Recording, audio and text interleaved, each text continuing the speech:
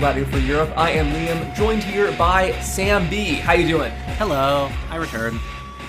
By now, a lot of you guys have probably heard of Yevgeny Prigozhin, the colorful Russian oligarch, caterer, and mercenary leader who was rocketed to the world stage just a couple days ago for his role in what appeared to be an attempted coup against Vladimir Putin. So obviously the coup failed. Prigozhin got some kind of deal, and as we're recording this, he's been exiled to Belarus while posting vague online hints that he's cooking something new.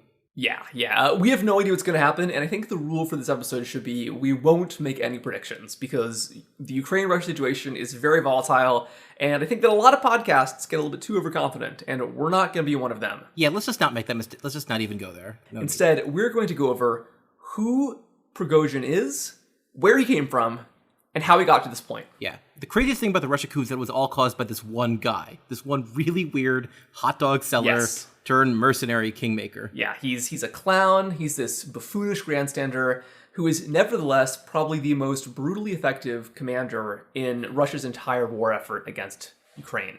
Or at least that's the image he likes to portray. That's true, absolutely. Because, and the image is very important here, because unlike other oligarchs who prefer to stick to the shadows, Prigozhin is a glory hound through and through. He wants to throw himself into the center of the world's eye, and he's finally there. And we have to wonder if, his attempts to seek publicity are not disconnected from his apparent attempt to overthrow the Russian government. Maybe it all was just to get the cameras on him.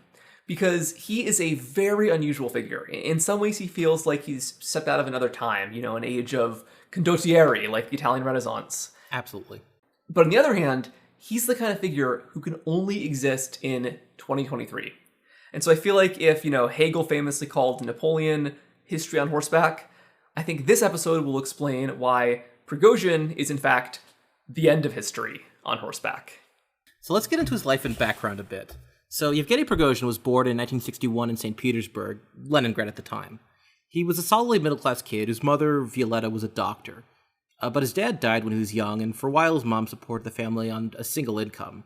This was not a huge income because Soviet doctors were nowhere near as well paid as their American counterparts. Right. But he still was solidly middle class. The biggest event in Prigozhin's early life was that his mother remarried a man named Samuil Zhirkoy, a professional cross-country skier, which is a profession I did not know existed in the Soviet Union. Well, it's because it was all about the Olympics. Yeah. The Olympics were a really big part of Soviet statecraft and diplomacy, especially the Winter Olympics, Oh, absolutely. And so that's why, as a teenager, Prigozhin really wanted to follow in his stepdad's footsteps and also become, if not an Olympian himself, a trainer for the Olympic athletes, like his stepdad was. And he actually got somewhat far in this because he was admitted to a special boarding school for Soviet athletes that was known for pumping out tons of Olympians. Exactly. So at school he met a lot of kids who were a lot more high up in the Soviet elite than his family was. But what really stung was that a lot of these kids weren't just richer or well-connected, they were better athletes, which is a really hard thing truth to take in if this is your dream. Exactly. So unlike these kids who were already better off than him, who already had parents in the nomenclatura or whatever, he had nothing waiting for him after high school. No lucrative athletic career, no contracts, and nothing like that. And this was presumably pretty heartbreaking to him because he'd spent so long trying to become an athlete. But ironically, his failure to live out these Olympic dreams would ultimately bring him to much, much greater fame and glory.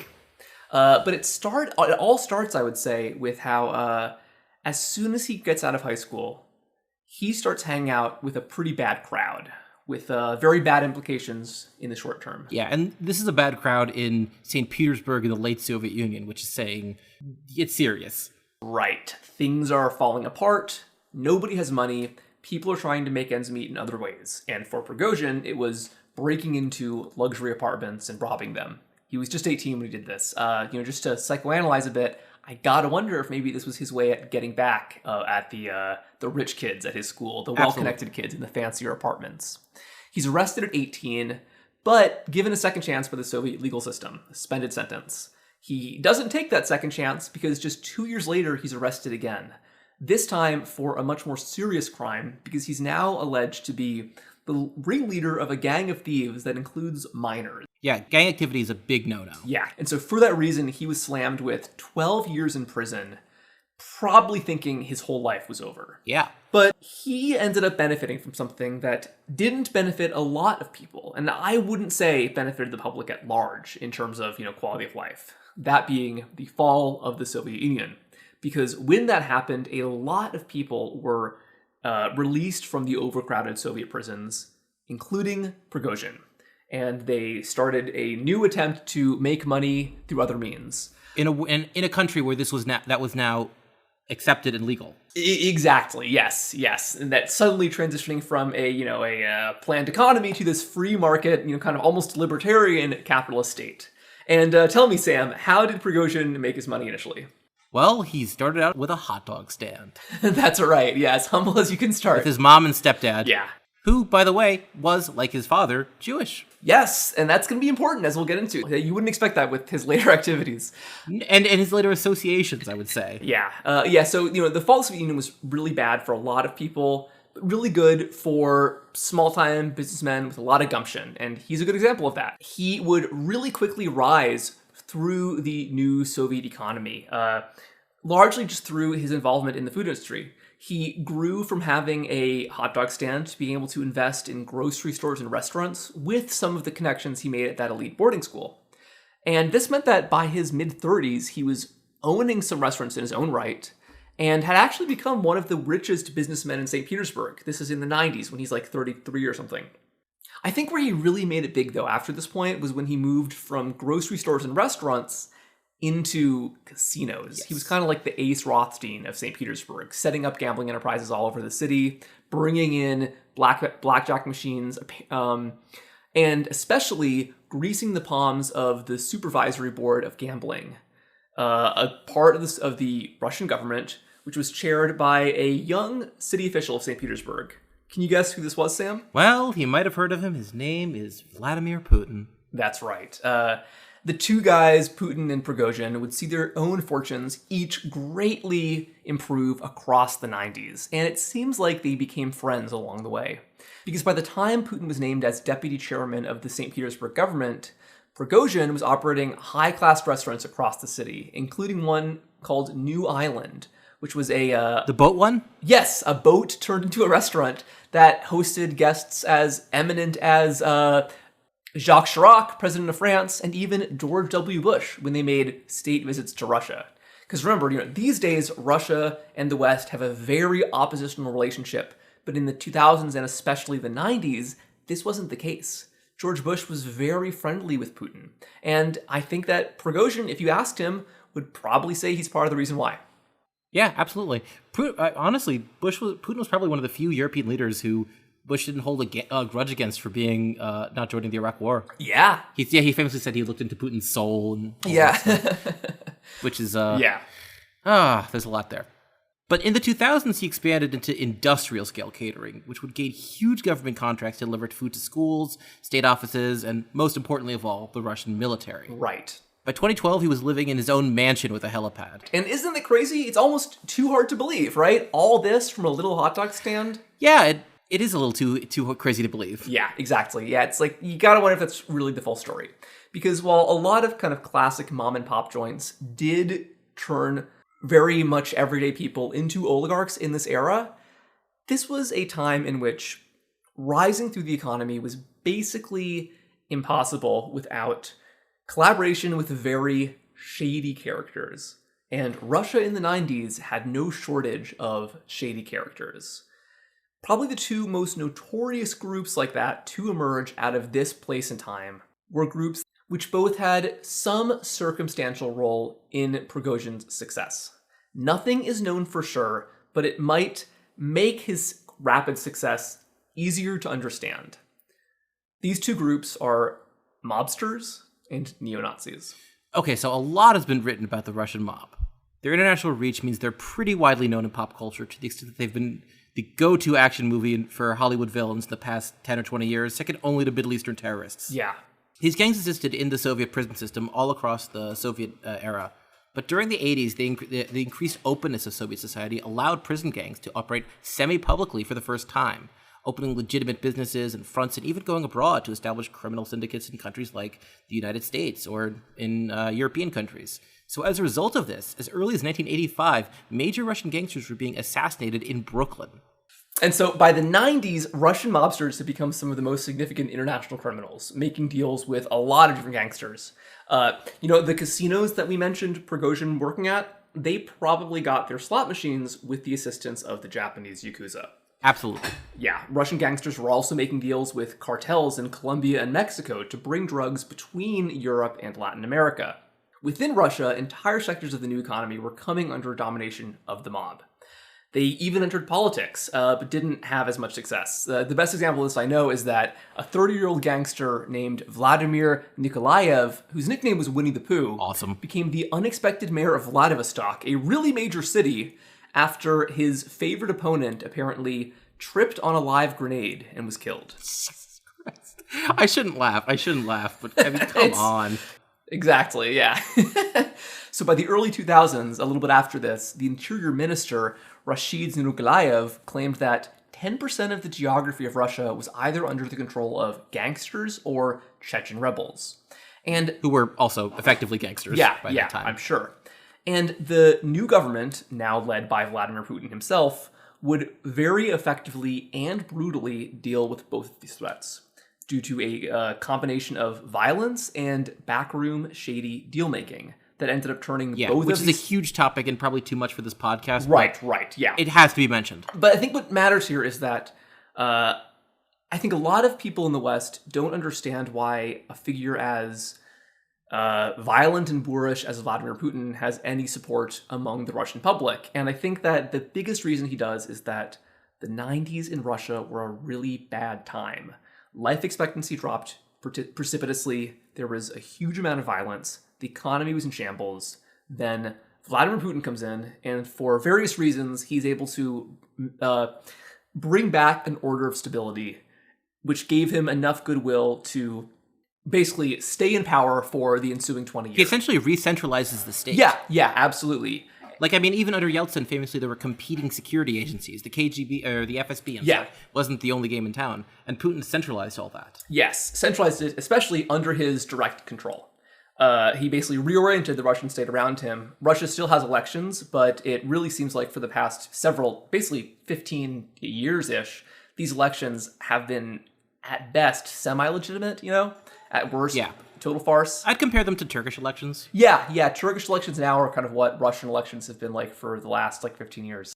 And again, it's because you could say that the 2000s were this kind of autocratic stability brought in by Vladimir Putin. The 90s were utter pandemonium. And I think that one of the most shocking aspects of this pandemonium for everyday Russian people were the sudden appearance of those neo-Nazi thugs we mentioned.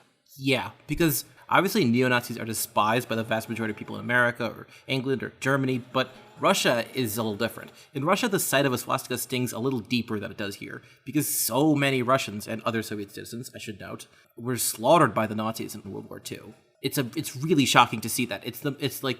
There's really no parallel here. There's no war where Americans have lost nearly as many people as the Soviets lost. And just like the mob, the neo-Nazi movement began before the fall of the Soviet Union as an extreme reaction to whatever the Soviet Union represented, right? Like, if you hate the USSR and you're an edgy piece of shit, you're going to embrace the most anti-Soviet symbol you can think of, which is, in this context, Nazism.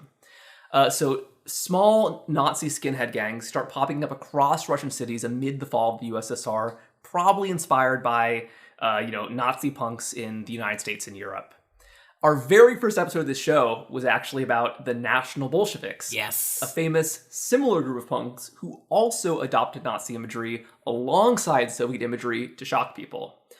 There is a significant distinction here, because the National Bolsheviks, they were not good people in any sense. No. But they were... Good music, though, sometimes. But they were using these symbols as purely an aesthetic point. They expressly did not adhere to any of the genocidal tendencies of National Socialism. Other Nazi punks, explicit neo-Nazis, very much did. Yeah. There was a rash of hate crimes across Russia, murders of rival groups. It was not uncommon to see small groups of neo-Nazis gathering in the streets. These were not large movements. Like, this was not a huge Yeah. percentage of the population in any sense. We're talking a few hundred, maybe a few thousand in every city. These were fringe groups, but they were very visible. One interesting thing also about them is that they even started their own religion. There is a neo-pagan Slavic movement created by Russian neo-Nazis, inspired by far-right neo-pagans in Scandinavia. They reject... Followed by someone who we will talk about later on. Yes, yeah. Based on the idea that, Christianity is too Jewish or whatever, and because these guys are so anti-Semitic, they reject even Christianity, which has been, so essential to other kinds of right-wing Russian thought. Absolutely. Yeah, these people basically believe that the only thing Hitler got wrong was that Russians are inferior to Germans. Yes, exactly. They're all on board with everything else, particularly the anti-Semitism. And we should mention here that just like with the mobsters and with the Chechen rebels, the relationship between neo-Nazis and the Russian government has been somewhat complicated, because it's long been alleged that some of these Nazis were in fact on the government payroll, not because Putin had any real ideological sympathy with Nazis. He doesn't, but yeah.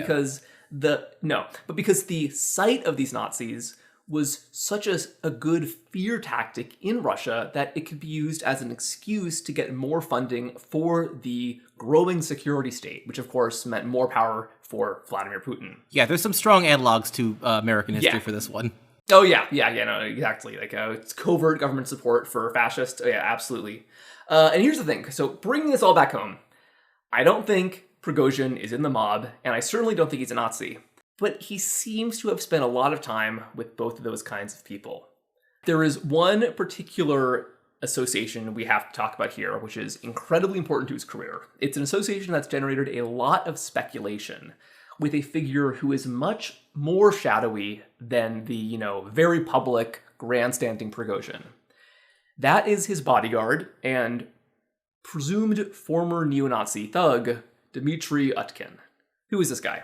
Well, he's got SS tattoos and was active in the Russian military. Yes, he does. Yeah, so active in the Russian military, where his call sign was Wagner, as in Hitler's favorite composer. So there's not really much dispute about his political orientation. Yeah. About him being a Nazi. Right, and this is especially kind of surprising or incongruous because, as we mentioned, Prigozhin is part Jewish. Yeah, he is Jewish. His father is Jewish, and there are arguments about that, but I think he's definitely Jewish, and that was definitely part of his upbringing and his experiences. Even his stepdad was Jewish. Yeah. I think his mother was not, but one kind of funny thing about his mother's family is that her last name is Holhova, which, if that sounds familiar, it means Ukrainian, and it's actually related to a word that's a pretty nasty Russian slur for Ukrainians.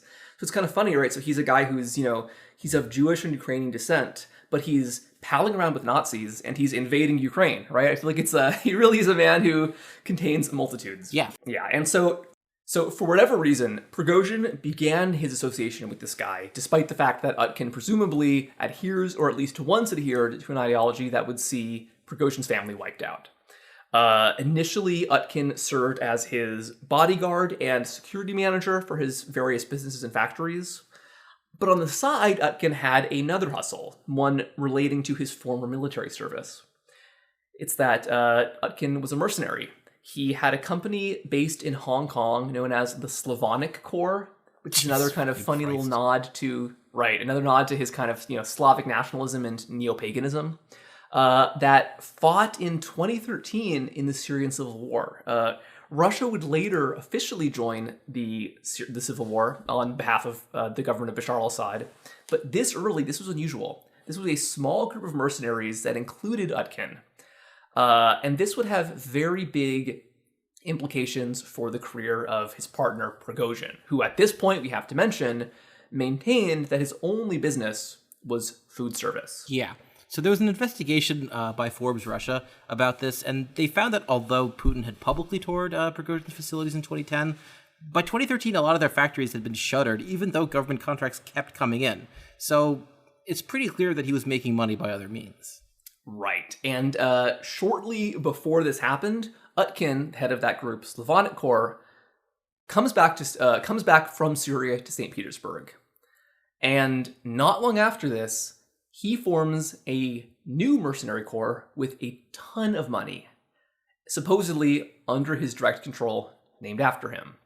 This is, of course, PMC Wagner, the group that we're going to spend a lot of this episode talking about, and the group which, just this week, was involved in the attempted coup, or abortive coup, against Putin. Yeah, and before you ask, PMC does not stand for professional managerial class. It's a private military company.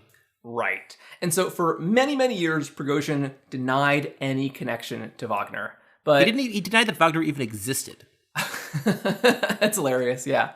But obviously that's a lie. He is not an honest fella. He has been in charge of Wagner the entire time. The relationship between Utkin and Prigozhin in the structure of Wagner is a bit mysterious. It seems like Utkin himself no longer has any real involvement. It's possible he never had any involvement. He was only the face of it, or perhaps only the field commander, while Prigozhin led the operations. But as early as 2014, these operations were basically going global. In 2014, just a few weeks after the Sochi Olympics, which were a huge deal for Putin and Russia, the government in Kiev was overthrown, and Viktor Yanukovych, who was this Russian-linked president of Ukraine, was overthrown and went into exile in Russia. So immediately after, Russian tanks rolled into Crimea and claimed the peninsula as Russian territory after a referendum. On the mainland, rebels who rejected the new Ukrainian government declared independence on the heavily Russian-speaking Luhansk and Donetsk provinces, which today are the Luhansk and Donetsk so-called People's Republics. Right. And so this led directly to 8 years of civil war in Ukraine, which was broken only when Putin launched his special military operation last year. And that special military operation, of course, being the full-scale invasion seeking to destroy the Ukrainian state. And annex its lands. Right. But before this, the Russian military was not directly involved in the Ukrainian civil war, only in Crimea. At least officially, yeah. At least, yeah, officially. Instead, many other Russian-speaking groups were. These included militias based out of Ukraine, because Ukraine has a very large population of Russian speakers, some of whom, a minority of whom, supported the independence of these republics. Also because of widespread speculation that individuals and private citizens who were not officially connected to the Russian government were entering Ukraine to foment rebellion and support the ongoing, civil war. This included the Wagner Group.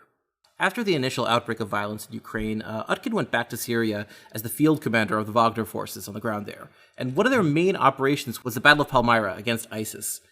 Wagner actually trained a group of local militias called themselves the ISIS Hunters, a group whose insignia looks exactly like the skull patches of the Wagner troops, except with some Arabic writing underneath, which is really interesting. In late 2016, Utkin returns to Russia for an event celebrating the success of the Battle of Palmyra. He was photographed meeting President Putin, but this would be his last known public appearance. Wagner would explode in success and notoriety after this, indicated that Utkin may have been little more than a frontman in coordinating the group's operations in Ukraine and also in Africa. Yeah. And the Middle East. Right. Because the real guy behind the scenes, of course, is Prigozhin. Let's talk about his activities in Africa, because they're pretty interesting. Yeah. Just to speculate here, my hunch is that the way kind of Wagner functions, especially now that the war in Ukraine has begun, is that their main activity in terms of numbers of troops deployed is in Ukraine, but they use these contracts in Syria and Africa to train the recruits to have, battle-hardened experience, and also generate money for the main event, which is Ukraine. So there's been a lot of kind of relatively small-scale deployments across Africa in many different countries, usually just like... CAR, Mali, Sudan. Yes, CAR, Mali, Sudan, just a few dozen to a few hundred. Central African Republic is one of the most notorious of these. All of these are quite notorious, and Wagner, they have a very complicated reputation because their pitch to these African countries is that they will basically behave better than Western mercenaries do, because many Western mercenaries have done a lot of really terrible stuff in Africa. And the colonial and scars... Western regular militaries, yes, too. Regular militaries, the French military, for instance. And also good God. Yeah, the colonial scars are really, really fresh. I think in 2022, actually, as an example of this, I'll try to dig it up. Wagner put out this insane cartoon commercial specifically trying to attract African investors, saying, look, in this cartoon, the mean Western mercenaries are going to, abuse your people, whereas the better trained Russian mercenaries, we all want the same thing. We don't like the West either. So work with us. We're more sympathetic to you. And that's basically the pitch. And so Wagner mercenaries have been sent to all these countries. In 2018, 170 of them were sent to the CAR, that being the Central African Republic, to defend their lucrative diamond and gold mines. Yes. After this success, the force grew from 170 to about maybe 300, 500. And they were involved not only in guard duty, but now in actual military operations against rebels. These military operations saw some pretty bad atrocities against suspected rebels and their collaborators. The same kind of thing you're seeing in Ukraine. In other words, civilians. Yeah. Suspected collaborators, that means civilians. And survivors also allege something you might be familiar with if you know Wagner. They allege that execution methods by these mercenaries included disemboweling and beheading. So really, really bad stuff here. So you can see why pretty early opponents of Wagner and the Russian government more broadly sought to investigate this. In 2018, 3 Russian journalists traveled to the CAR to film a documentary exposing alleged war crimes by Wagner troops. They would return home in body bags. So no killer was ever named, but it's determined to be the work of well-trained professional assassins. Right. So I think it's pretty clear what happened here. Exactly. That was 2018. In 2019, Wagner forces were implicated in violence against protesters in Sudan during the very complicated overthrow of the government of Omar al-Bashir, and then the installment of a military dictatorship, also with Wagner assistance. Probably the most notorious of all their actions, though, was in the Western Sahara region in Mali. A former French colony. Yeah. Which is important. Because while Wagner was deployed in Mali to assist against these ISIS cells in West Africa, a firefight broke out between soldiers and jihadis that resulted in a brutal, punitive massacre of nearby townspeople, residents of a city called Mura. They, just like the people in CAR, were accused of harboring rebels, and so at least 300 civilians were gunned down in a retaliatory attack, very similar to something like My Lai you might have seen American troops doing in the Vietnam War. And you mentioned, Sam, that it's a former French colony, and that matters because locals reported that several dozen of these soldiers appeared to be Europeans who couldn't speak French. This has led to it being widely assumed that this massacre could have been perpetuated by Wagner. Eventually, Prigozhin would be outed as the leader of Wagner in 2022, and when this happened, he was confronted by the Russian media about these terrible atrocities his men were carrying out. This is his response. Neither I, nor the men I know, nor the Malian army have committed them. You are dying. You are dying out. Western civilization that considers Russians, Malians, Central Africans, Cubans, Nicaraguans, and so many other peoples and countries to be third world scum, he said. You are a pathetic, endangered bunch of perverts, and there are many of us, billions of us, and victory will be ours. Right. And as I realize now, this is the first Prigozhin quote we have in this episode. He is just always saying stuff like this. I'd recommend, if you want to hear... Third worldist boss. Yeah. He's not as third worldist shit. No, he really is. It's hilarious. Yeah, if you want to see the kinds of, bombast he's known for, go on Google and look at any, try to limit your search for results from, let's say, before June 2023. And you're not going to find stuff about the coup that's dominating the search results now. You're going to find all these crazy quotes like this. Because like I'm saying, he is a grandstander. He loves getting attention for himself through these kinds of bombastic statements. And just to... He called Sergei Shoigu a fuckhead. Yeah. The defense minister. Yeah. The whole idea of placing billions of people in the developing world, positioning them against the West, that's a pretty common aspect of Russian nationalism, which is a bit interesting because, although Russian nationalism does appear to have a lot of overlap with American conservatism, I think the fundamental difference is that it is by necessity anti-American. Yeah. It sees Westerners, including the United States, as, entitled, overfed, demanding too much, and while the rest of the world gets too little. And so the very common rhetoric these days is that the West makes up a so-called golden billion of the, wealthiest top eighth of all people, whereas the other 7 billion, which includes Russia, are, more honest and hardworking and suffer under this plight. I think that this, Yeah, this is sometimes labeled as a conspiracy theory, but it's really more of the description of exploitation assigned certain numbers. Yeah, no, exactly. Yeah, no, yeah, I completely agree. It's not the worst way to describe how, rich countries interact with poor countries. It's just done in a very self-serving way that supports the aggression of Russian nationalism. Yeah. I also think it's kind of interesting because this is directly at odds with, in my opinion, with the white supremacy that you'd associate with Nazis. So even though Wagner is named after a guy who is a neo-Nazi and has other weird little elements of weird little German quirks about it, I don't think that Prigozhin's ideology has really any connection to Nazism.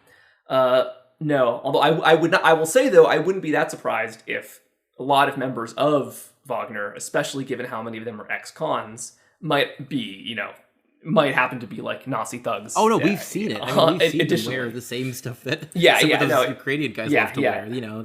The wolf's angle. Oh yeah, no, it's Sonnenrad and all yes, that. There's a lot of edgy Nazi Iron Cross role playing going on in this war. Yeah.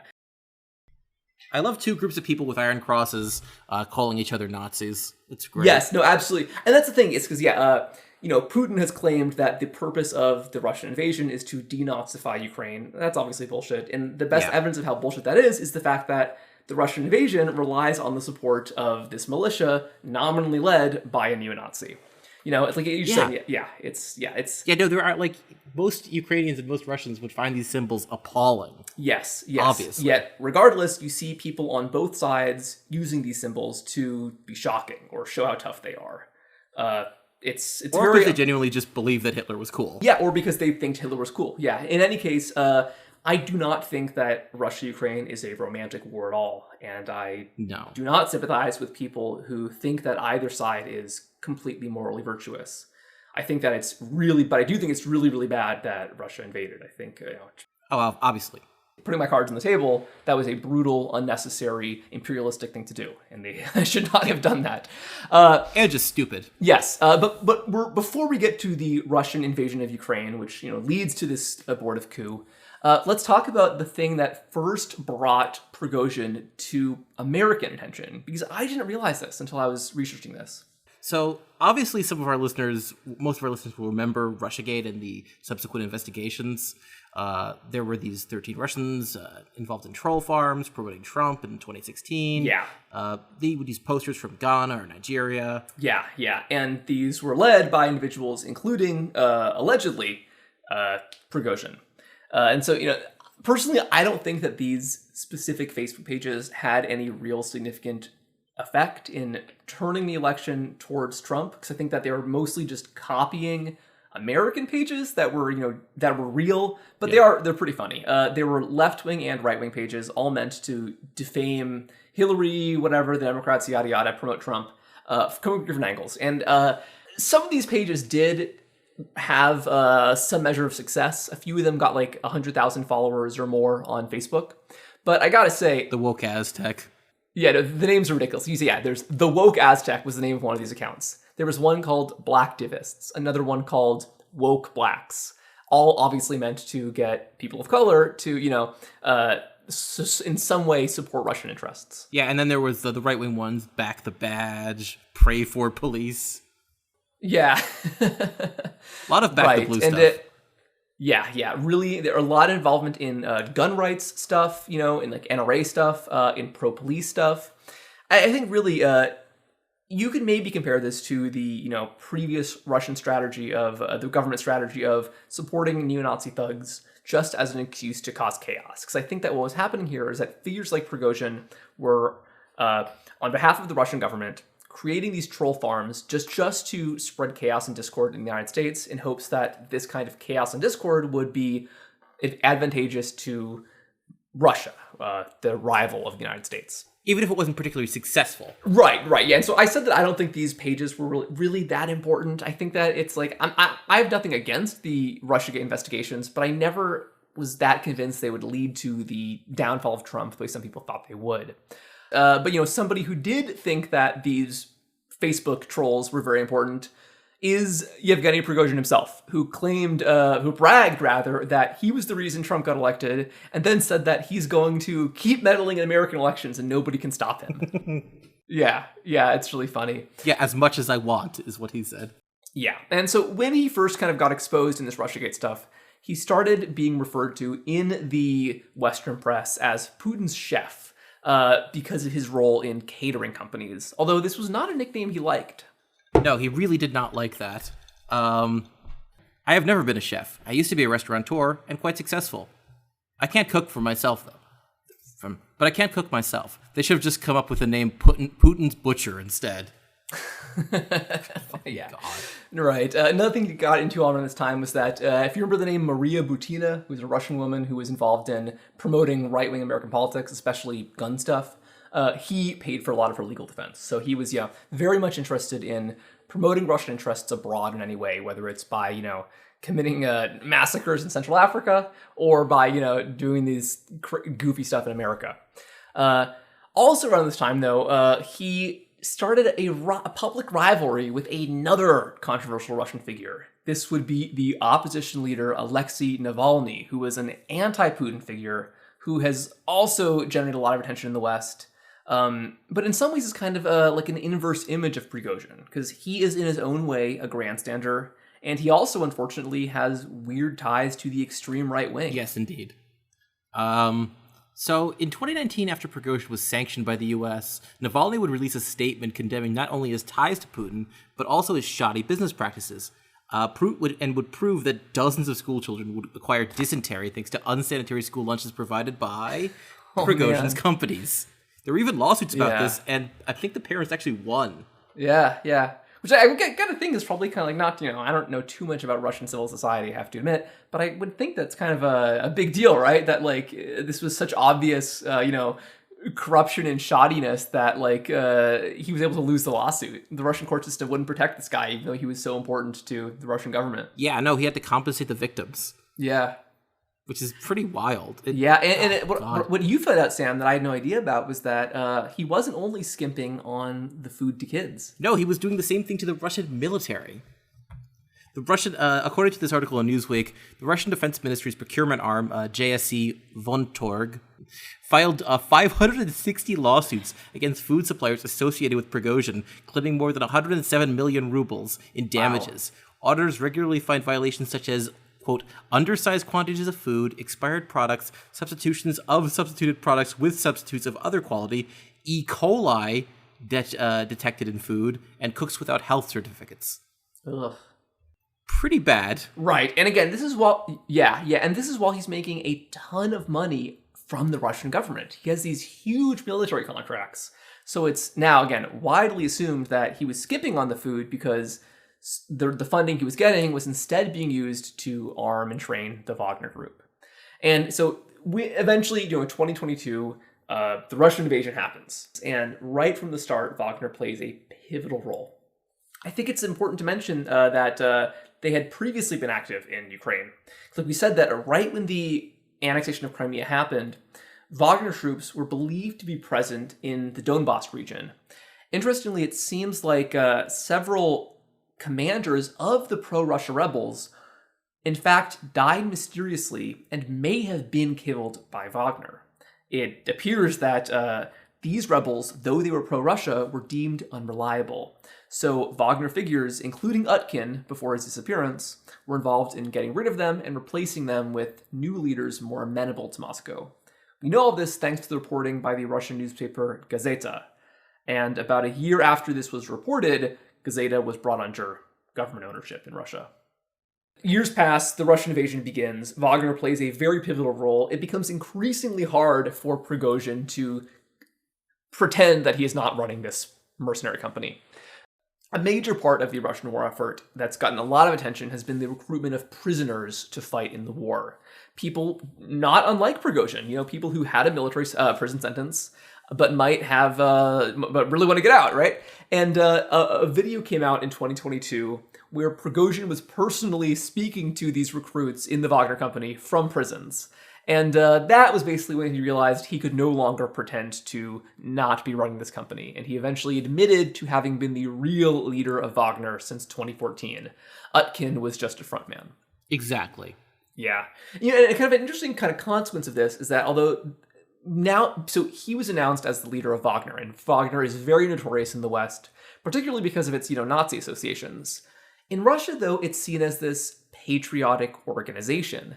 And this means that right until launching this abortive coup, Prigozhin and his family had a very interesting relationship with Russian high society, because this association with Wagner made him a celebrity, which I gotta think might be what he wanted all along.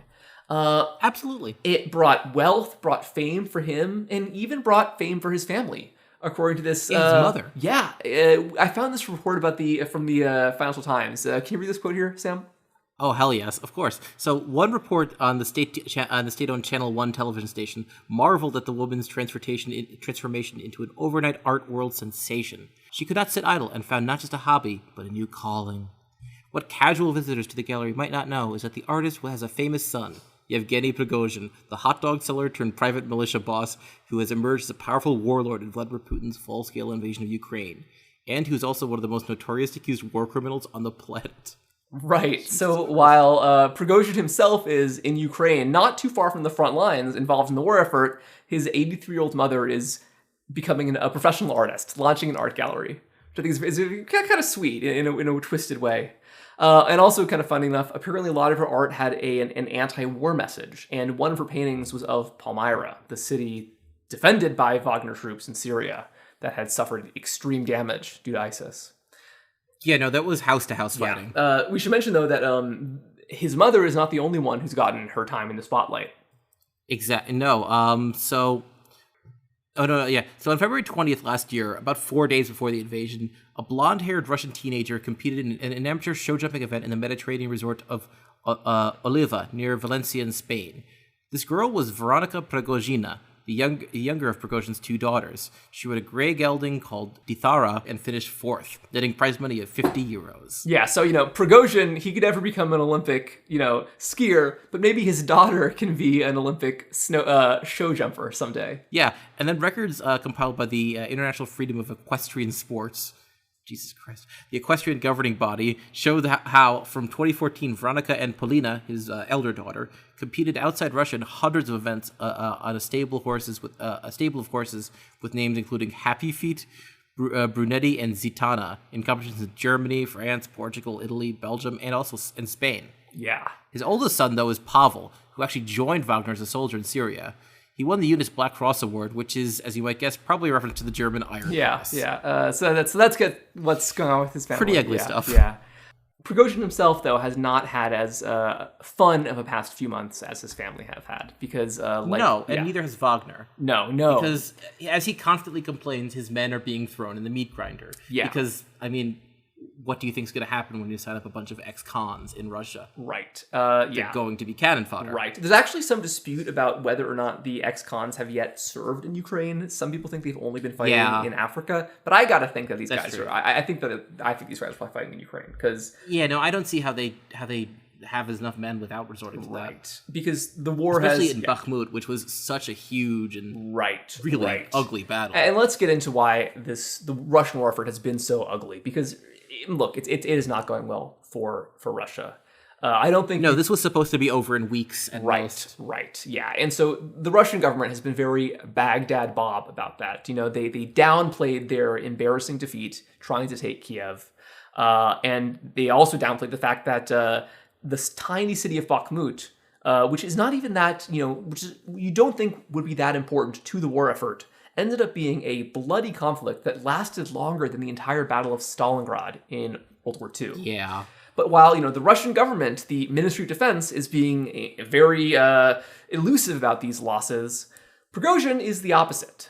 No, if anything, he's trying to get everyone who will ever listen to him to hear his tirades. Yeah. He's a total catastrophist about this. The war is going terribly. Exactly. Wagner is the only competent force. The Ministry of Defense is, always to blame. Shoigu isn't sending us bullets, etc., etc. Yes, yes. We'll talk about Shoigu in a minute, his rival. But yeah, He's a front camera video guy. Yes, yes, he's a boomer. He's taking videos in his car instead of complaining about Target T-shirts being too woke. He's talking about how the Russian military isn't actually committed to the war effort.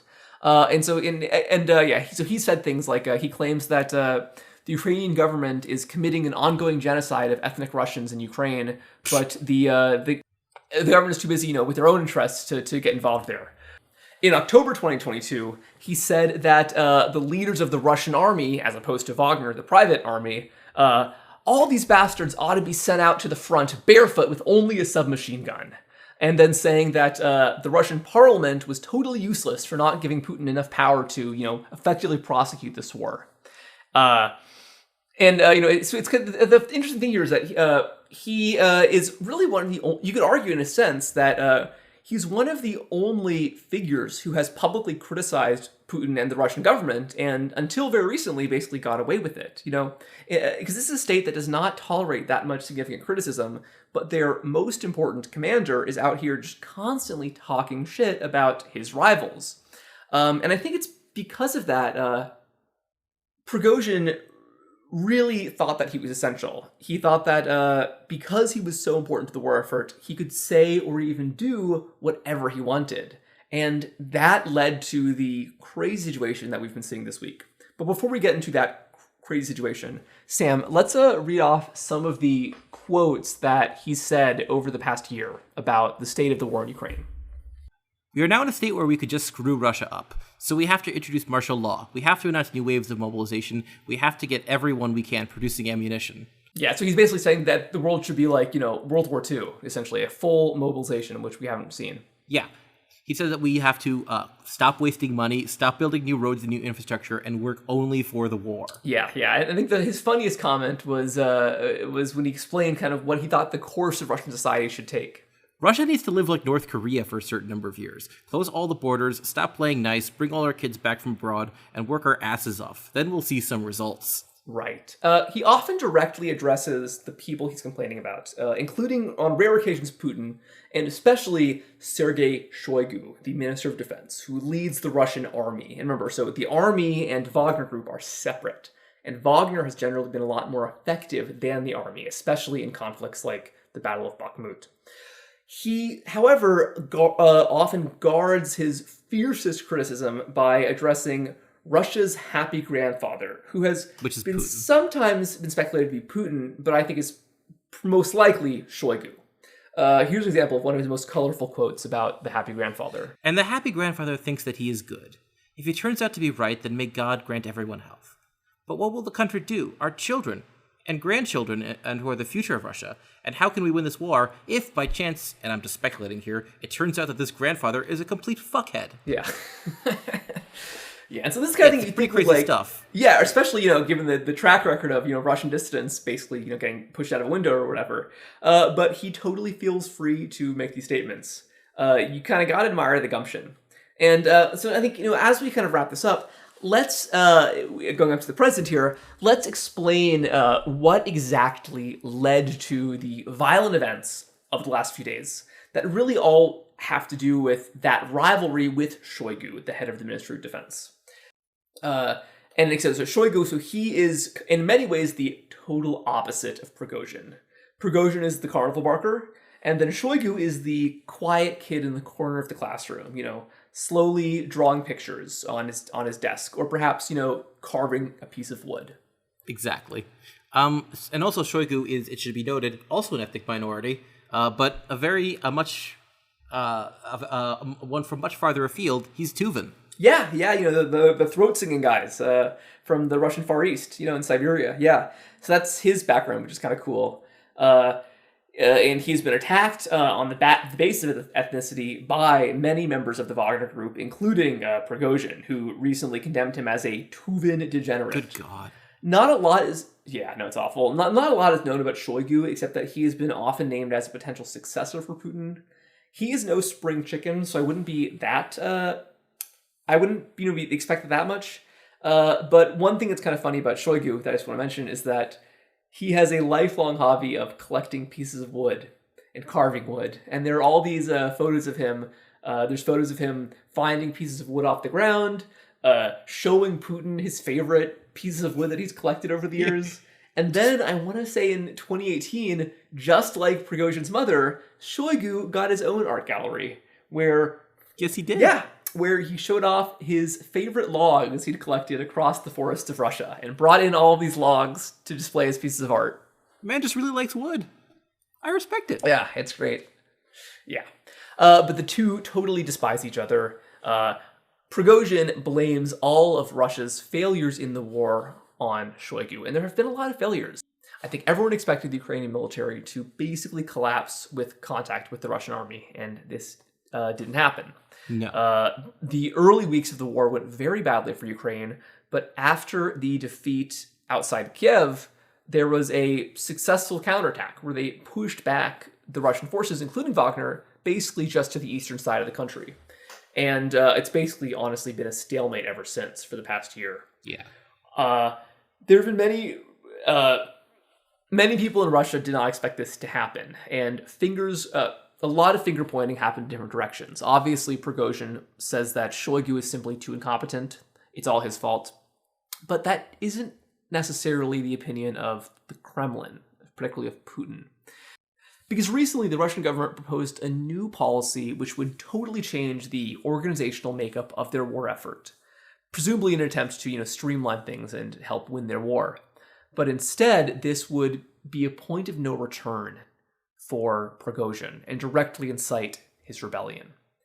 This was that it was declared that members of the Wagner Group would actually have to sign contracts directly with the Minister of Defense, suggesting that they would no longer be a private mercenary company, but instead be integrated into the Russian army.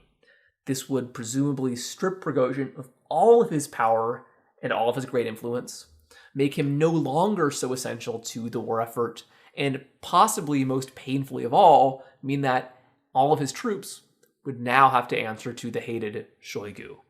And this was the last straw. Shortly after this statement was made, Prigozhin claimed, without any real evidence as far as I can tell, that the Russian army had been shelling or conducting airstrikes against Wagner units across Ukraine. And so he declared that, therefore, he was going to take his army to Moscow, cross the Rubicon like Julius Caesar, and replace Sergei Shoigu with a better Minister of Defense. Yeah, it doesn't seem like he had that concrete of a plan on how to do this exactly. Yeah, I agree. And the results kind of bear it out. Yeah, right. But that's what he said. That's what we can glean in what he said. Right. Yeah, so a couple days ago when this all happened, it was really hard to know to what extent this was real. At first, some people thought this was, it was false reports. It's even still, it's hard to know to what extent, how many troops participated. But it seems like the city of Rostov, which is about not far from the Ukrainian border. That was legit. Yeah. Several buildings were occupied by troops. Presumably, Minister of Defense employees and Russian army soldiers were taken hostage. And for a minute, it really seemed like a real violent revolt was taking place. Yeah, I mean, it clearly was, and they were the column was marching up the road to Moscow, straight to Moscow. It's crazy. Again, it's like Julius Caesar stuff. It's the kind of thing that doesn't happen in a modern war. Yeah, the warlord sacking the provinces and marching to the capital. Yes, this is like, it's medieval stuff. This is like the 30 Years' War. It's the 14th century Italian wars. It's, John Hawkwood, mercenary captains like that, Condottieri. It's really weird stuff. We don't know to what extent any actual clashes happened between the Russian army and Wagner. It's been described as a bloodless coup, although I'm not entirely sure that was true. There were some reports of gunfire, as well as the claim that a Wagner helicopter shot down a Russian military helicopter. Yeah. This is all still, the dust is still settling here. But what we know for sure is that when the army was not that far from Moscow, Wagner suddenly announced that they were going to turn back, that they would not take the city as planned. There were reports that he was about to remove Putin from power and install a new president, possibly himself, It would have been cool to have two Jewish presidents fighting each other. Oh, yeah, because Zelensky is Jewish as well, yeah. That'd be funny, yeah. But it didn't happen. Although obviously it would have been terrible. Like, let's not. There were some Westerners who were, Michael McFaul and all those other people who were talking about this as an opportunity and this could be a new future for Russia. But this would be terrible. This would be even worse than. Oh no! Yes. Yeah. Right. Yeah. No. Prigozhin is a very bad guy. You don't want him in charge of a country of 100 million people. And a full-on civil war would have been very bloody. A lot of people died, and there even would be a chance of nuclear escalation.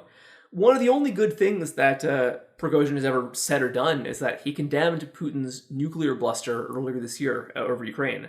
But maybe Putin would use nukes against him. Right? It's scary to think about. Who knows? It's look at how bad the warlord era was in China in the 1930s.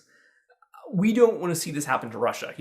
Russia could be a lot better than it is right now, but I don't think complete collapse into civil war in which various, venal or even genocidal, factions are waging war against each other. I don't think that's a situation you want.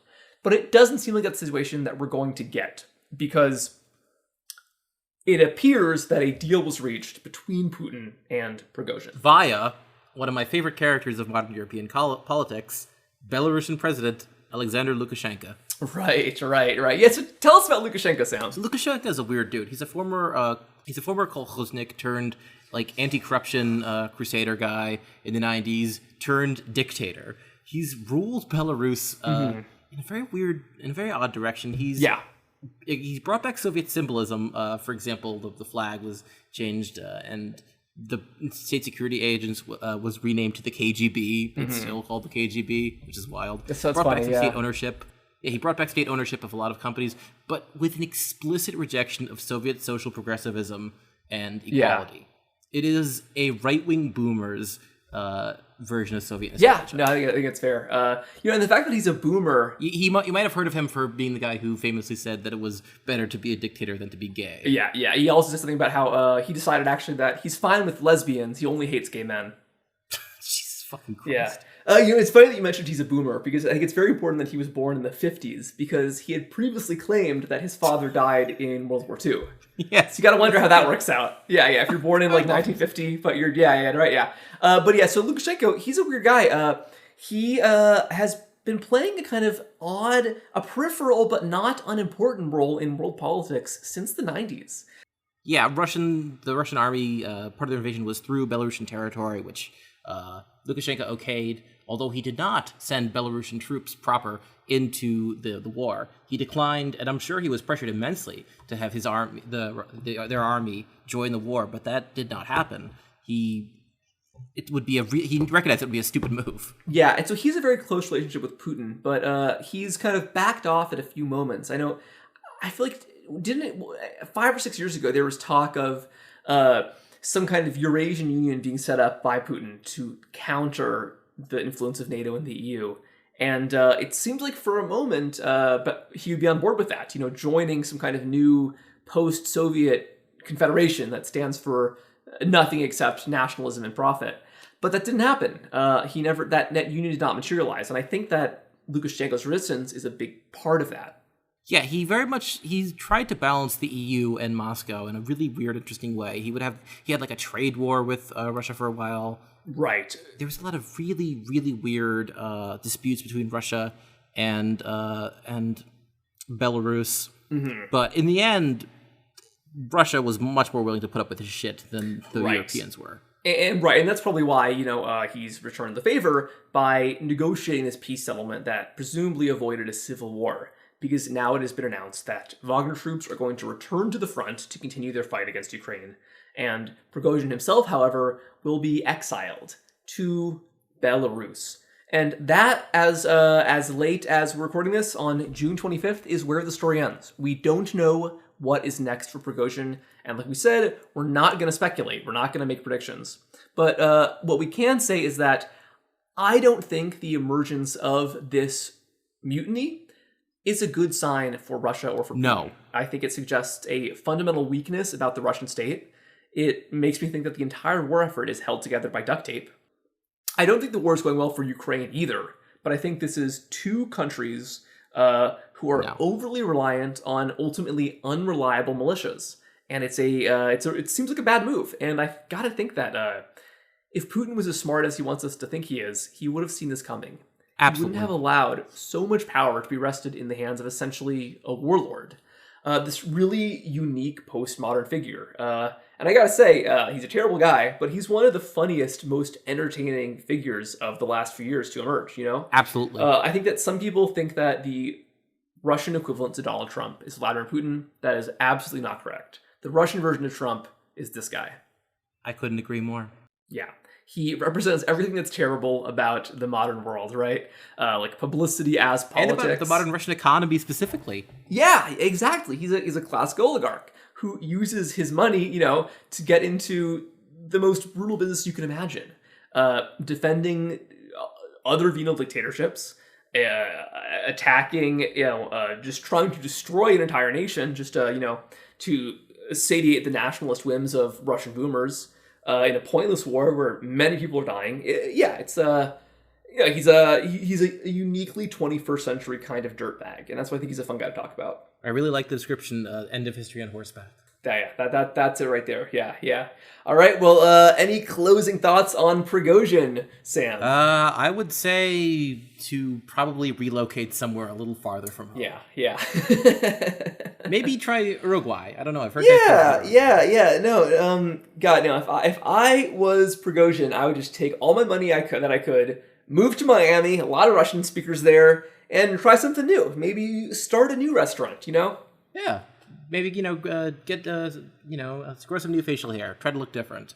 Try to stay away from open windows. That kind of thing. Yeah. All right. Well, this has been Gladiator for Europe. This has been a very special episode. I have to think, recounting probably the most recent history we've ever discussed. But it's a fun topic, and I know that a lot of people wanted to know more about who Prigozhin is, so I hope that we've done a good job explaining why he is such a fun figure. I think so too. And we'll probably be seeing more from this wonderful, wonderful chef. Again, I won't be making any predictions. This is a no predictions episode, but I would not be surprised if he has a significant role to play in coming years. All right. Or he will be pushed out a window. We'll find out. All right. We'll see you guys all soon. Goodbye.